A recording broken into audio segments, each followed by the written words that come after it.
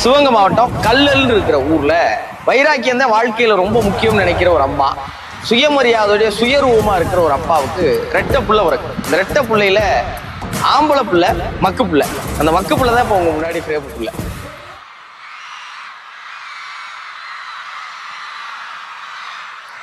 வணக்கம்.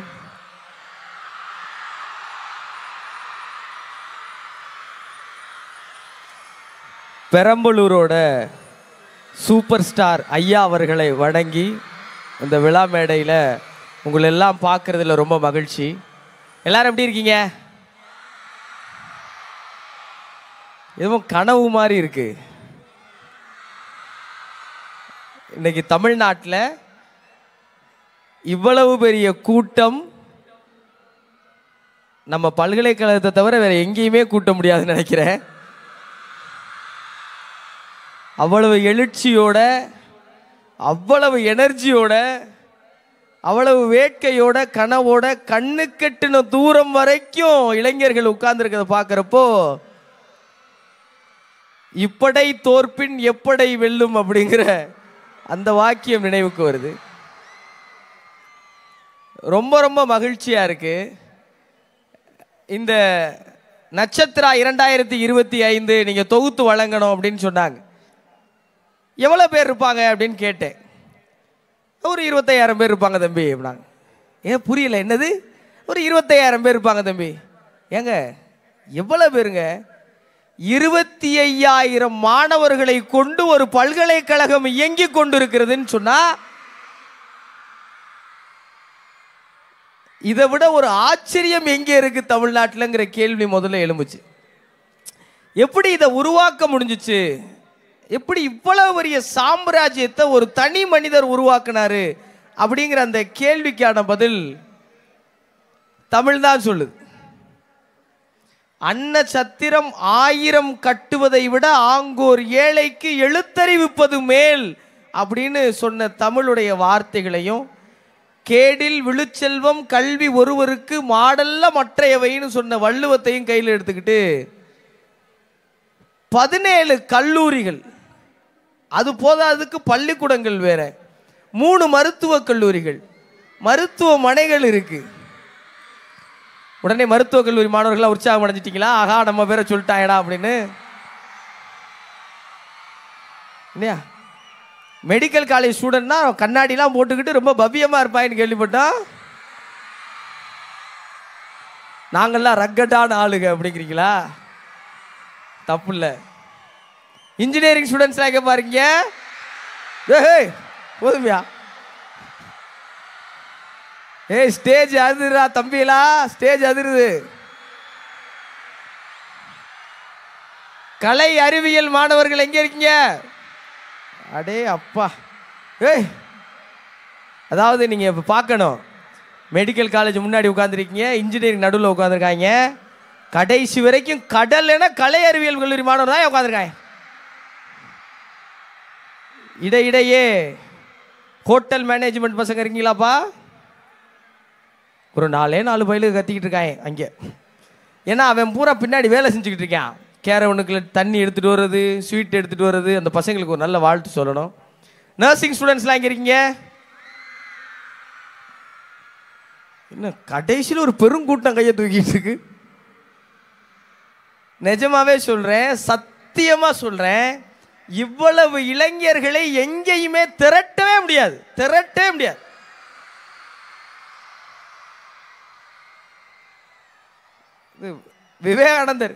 விவேகானந்தர் கேட்டதா சொல்லுவாங்க, 100 இளைஞர்களை எங்களிடம் தாருங்கள், நான் இந்தியாவை வல்லரசாக்கி காட்டுகிறேன்.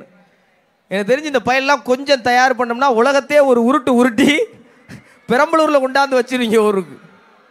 அவ்வளவு அவ்வளவு திறனோடு இருக்கீங்க.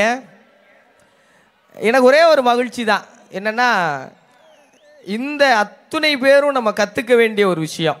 விவேகானந்தர் சொன்னதாக தான் சொல்லுவாங்க. என்ன இப்போ பார்த்தாலும் இந்திய இளைஞர்களை நீங்கள் ரொம்ப உயர்வாக பேசுகிறீங்க, இந்திய இளைஞர்கள் ரொம்ப பெரிய ஆளுங்கிறீங்க, என்ன அப்படின்னு கேட்டால் அவர் சொன்னாரா, ஒரு ரஷ்யன் தனக்காக பிறக்கிறான், ஒரு அமெரிக்கன் தனக்காக பிறக்கிறான், ஒரு ஜப்பானியன் தனக்காக பிறக்கிறான், ஆனால் இந்தியாவில் மட்டும்தான் இந்திய குழந்தைகள் இந்த சமுதாயத்திற்காக பிறக்கிறார்கள் அப்படின்னு சொன்னாராம்.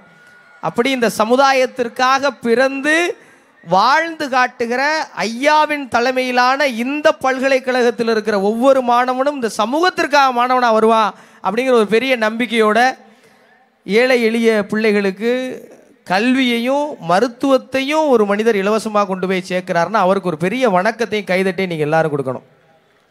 இந்த உலகமே ஆச்சரியப்பட்ட ஒரு நாடுனா கியூபா.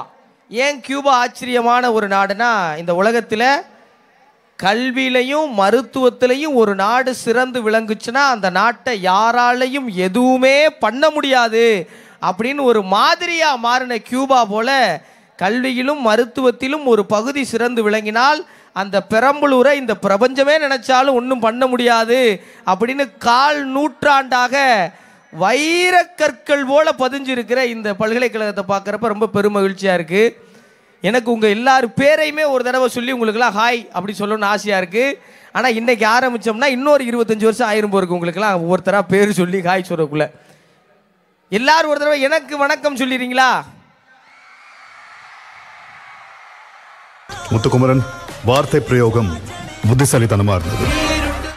நன்றி பாஸ். இப்போ யாரா பிக் பாஸ்லாம் பார்த்தீங்களா? செமஸ்டர் எக்ஸாம் எப்போ தம்பி வருது? இப்போ கிடையாதா? அதனால தானே கலை விழா நடத்துகிறோம்.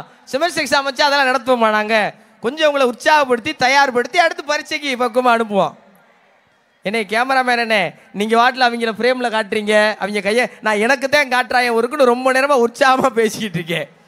இப்படித்தான் பல இடங்களில் ஏமாந்து போயிடும் நம்ம. இந்த நட்சத்திரா 2025 8 வருஷமாக நடக்குது. நாங்கள் எனக்கு உங்களெலாம் எப்படி கட்டுப்படுத்துகிறாங்கங்கிறது ஆச்சரியமாக இருக்குது.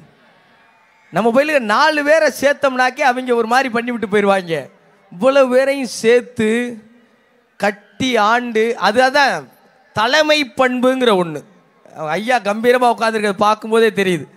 இந்த 25,000 பேரை மட்டும் இல்லை தம்பி, இது மாதிரி 25 ஆண்டுகளாக நான் மாணவர்களை பார்க்குறேன், உருவாக்குறேன், தயார் பண்ணுறேன், அனுப்புகிறேன் அப்படின்னு அந்த கம்பீரத்தை பார்க்கும்போது 25,000 கிடையாது, இது 2.5 லட்சம் அல்ல 25 லட்சமாக மாறுவதற்கு மனம் நிறைந்து வாழ்த்துறேன். அது எல்லாம் உங்கள் கையில் தான் இருக்குது. என்ன கப்புச்சுப்புன்னு ஆயிட்டீங்க? அப்படி ஒரு கியூ கொடுக்கணும்.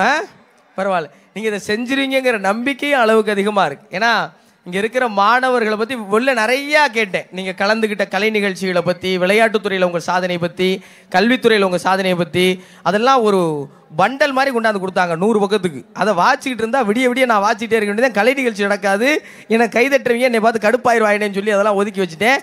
ஏன்னா உங்களை பற்றி பெருமை சொல்வதற்கு அவசியமே கிடையாது. அவ்வளவு பெருமையை சேர்த்து வச்சுருக்கீங்க. இந்த ஒன்றே ஒன்று சொல்லணும் ஐயா பற்றி, வாழ்நாள் சாதனையாளர் விருதுன்னு நாங்கள் எங்கேயாவது கேள்விப்படுவோம் தம்பி. ஒரு வாழ்நாள் முழுவதும் யாராவது சாதிச்சாங்கன்னா அவங்களுக்கு ஒரு வாழ்நாள் சாதனையாளர் விருது கொடுப்பாங்க. ஆனால் வாழ்நாள் முழுவதும் சாதித்து கொண்டே இருக்கிற ஒரு மனிதருக்கு வாழ்நாள் முழுவதும் சாதனையாளர் விருதுகள் கிடைச்சிருக்கு. அந்த விருதுகளைப் போல நீங்கள் அவர் கூட இருக்கீங்க, நீங்களும் அவர் போல் வர வேண்டும்ங்கிறது தான் ஒரே ஒரு வேண்டுகோள். ஒரு ஆண் சரஸ்வதியாக ஐயாவை பார்க்குறதுல எனக்கு பெரிய மகிழ்ச்சியாக இருக்குது. ஐயாவுடைய கல்வி சேவை நிச்சயம் தொடரும். இப்போ ஐயாவுடைய கலை சேவை இந்த மேடையில் பார்க்கலாம். ஆரம்பிச்சிடலாமா?